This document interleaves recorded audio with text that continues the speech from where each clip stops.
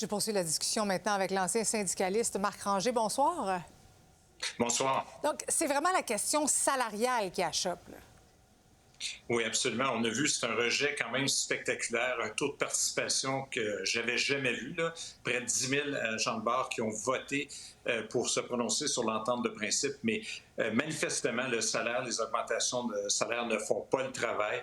Donc, c'est un rejet, je qualifierais de spectaculaire. Oui, c'est tout un message qu'on voulait envoyer les agents de bord. Puis, M. Ranger, il faut le dire, il y a beaucoup de frustration.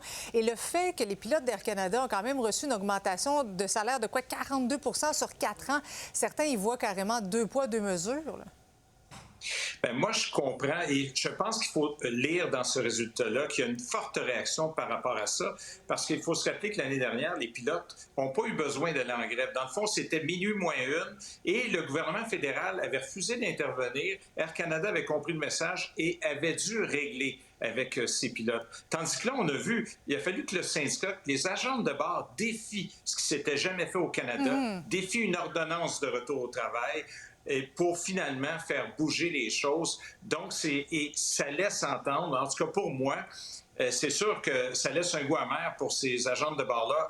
Est-ce que c'est le fait que ce soit en majorité des femmes, le fait qu'Air Canada n'ait pas voulu régler plus rapidement?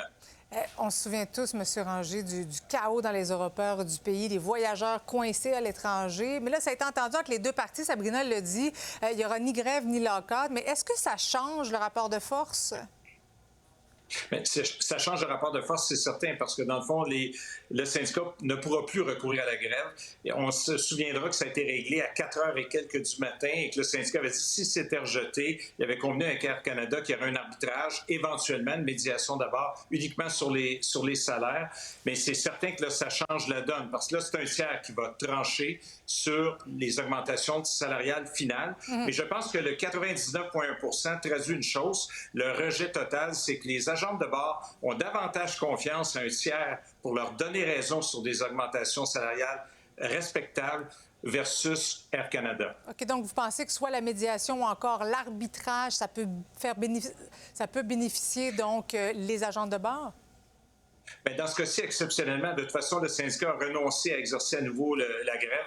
Donc, vraiment, ils s'en remettent à un tiers. Mais je pense que l'entente chez les pilotes d'Air Canada a été tellement importante, 26 de correction la première année, que finalement, les agents de bord se sont peut-être dit, bien, on rejette et on fait confiance à un tiers pour nous donner justice. Monsieur Ranger, merci beaucoup d'avoir été avec nous ce soir. Grand plaisir. Merci à vous.